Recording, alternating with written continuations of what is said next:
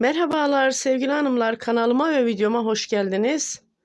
Yoğunluktan dolayı biraz anlatım yapamadım, sizlere kusura bakmayın. Küçük bir model anlatımı yapacağım şimdi. Modelim için 100 gram 250 metrelik antipilik bir ip kullanıyorum. Şişim 3 numara. Bebek örgülerinde kullandığım ipim. Modelimi anlatmaya başlıyorum. Şöyle ipimi kenara alayım. Bu arada bu ipimin sarımını çok merak eden arkadaşlar var. Bu ipimin sarımı da Gülbin Şirin Örgü Serüveni 38 YouTube kanalımda yayında, linkini yorum bölümüne paylaşırım. Şöyle ilmek atarak başlayalım. Küçük bir model anlatacağım için az bir ilmek sayısı yeterli. İlmeklerimiz tekli olacak. Şöyle bir, bakın sabitledim. 2, 3, 4, 5, 6, 7, 8, 9, 10, 11, 12, 13, 14, 15, 16, 17, 18, 19 ilmek, 20 ve 21. 21 ilmek yeterli. Bu ilmeğimi de sabitliyorum. Hemen 2 sıra bir haroşa oluşturacağım. Modelimin altına. Burası arka yüzü örgümün. İlk ilmeğimi ilk sıra olduğu için örüyorum. Haroşa ilmeklerimi biliyorsunuz ben ters olarak oluşturuyorum, ters ilmeklerle. İlmeklerimi biraz sık almışım ilk sırada.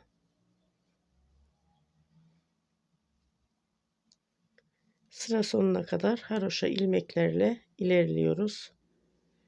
Hem biraz rahatsızdım hem de biraz yoğundum. Kusura bakmayın sevgili hanımlar.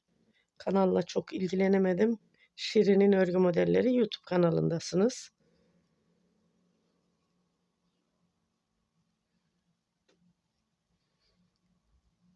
Bir model anlatımı yapayım istedim.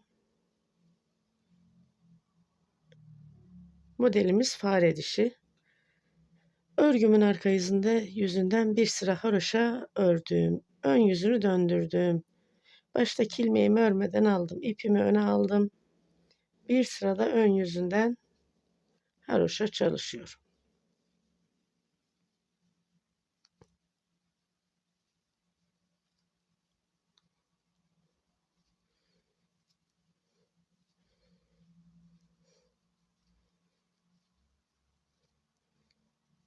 Ön yüzünden de bir sıra haroşa çalıştım ve örgümün arka yüzünü döndürüyorum.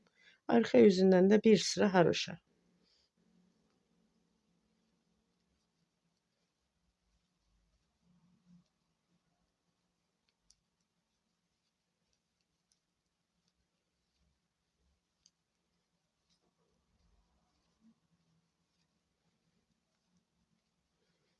Sıra sonuna kadar bu sırayı da beraber yapalım.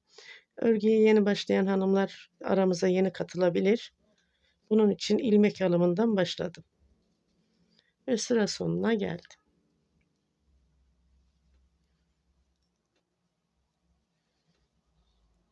Şimdi burası örgümüzün ön yüzü. Bir sıra düz örüyorum modeli hazırlık için. İlk sırada modelimiz 2 sıradan oluşuyor ama daha sonrası 4 sıra. Hani ilk başladığımız sırada bu şekilde oluşuyor ama daha sonrası 4 sıra.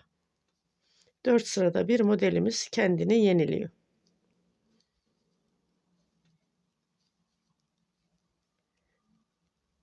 Lastikle model arasında çok mesafe olmasın diye ilk sırayı bu şekilde çalışıyorum.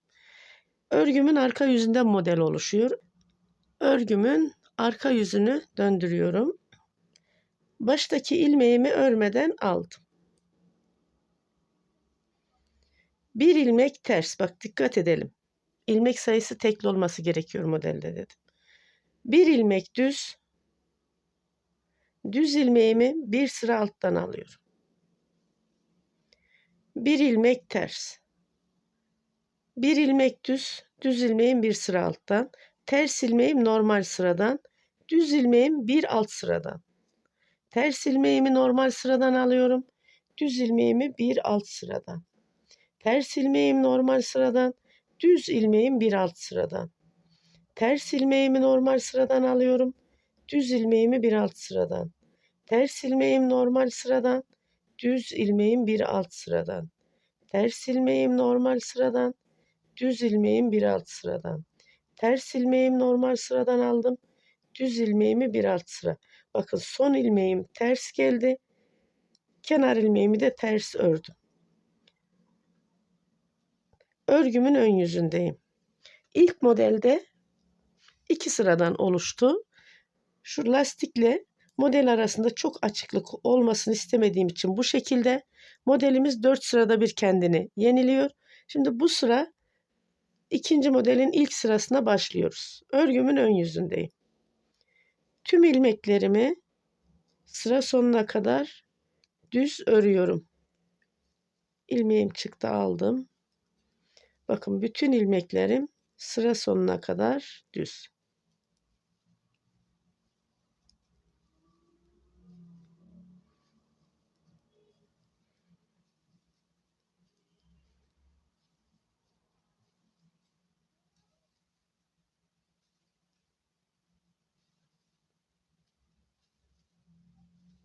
Sıra sonuna geldim.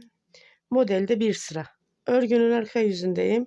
Modelde ikinci sıradayız. Arka yüzünden tüm ilmeklerimi ters örüyorum.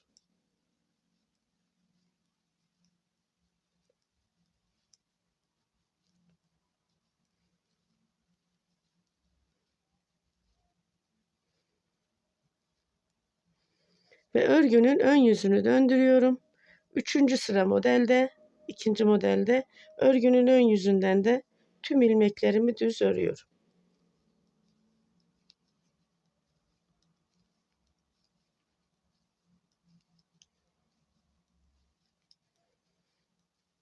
İlmeklerimi düz örerek sıra sonuna geldim. Örgümün arka yüzündeyim. Yine model çalışmasına devam ediyoruz ve dördüncü sıra. İkinci modelde baştaki ilmeğimi örmeden aldım. Bir yandaki ilmeğimi ters ördüm normal sıradan. Bakın bir yandaki ilmeğim bir alt sıradan düz. Ters ilmeğimi normal sıradan örüyorum. Düz ilmeğimi bir alt sıradan örüyorum. Ters ilmeğim normal sıradan. Düz ilmeğim bir alt sıradan. Ters ilmeğimi normal sıradan ördüm. Düz ilmeğimi bir alt sıradan. Ters ilmeğim normal sıradan. Düz ilmeğim bir alt sıradan. Ters ilmeğim normal sıradan. Düz ilmeğim bir alt sıradan.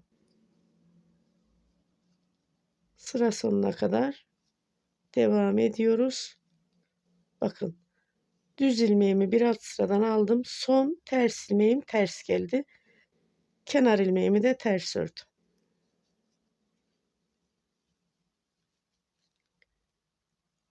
Örgümün ön yüzündeyim. Bu sıra tüm ilmeklerimi düz örüyorum.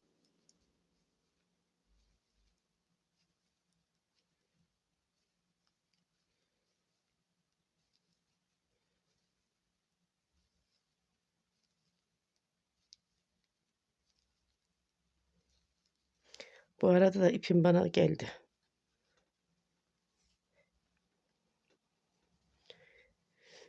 Her ip aldığımda böyle bu tarafa doğru geliyor. Düz ilmeklerle sıra sonuna geldim. Modelimiz bundan ibaret. Mantığını anladık. Daha fazla anlatmaya gerek duymuyorum. Daha önce büyük bir parçada renk geçişli bir iple anlattım. Dilerseniz ona da şöyle bir bakalım. Bakın. Bu da renk geçişli bir ip. Burada da haroşa lastik çalıştım altına. Örgümüzün ön yüzü bu şekilde modelimizin. Arka yüzü de bu şekilde temiz bir çalışma. Bu modelde neler yapabiliriz? Bebek hırkalarında, yeleklerinde, battaniyelerinde, bere, kaşkollarda kullanabiliriz. Yetişkinlerde de hırka, yelek, süveter istediğinizi yapabilirsiniz. İstediğiniz projede kullanabilirsiniz. Örgüm çok amaçlı. Bu modelim çok amaçlı arkadaşlar. Arkadaşlar harika bir model.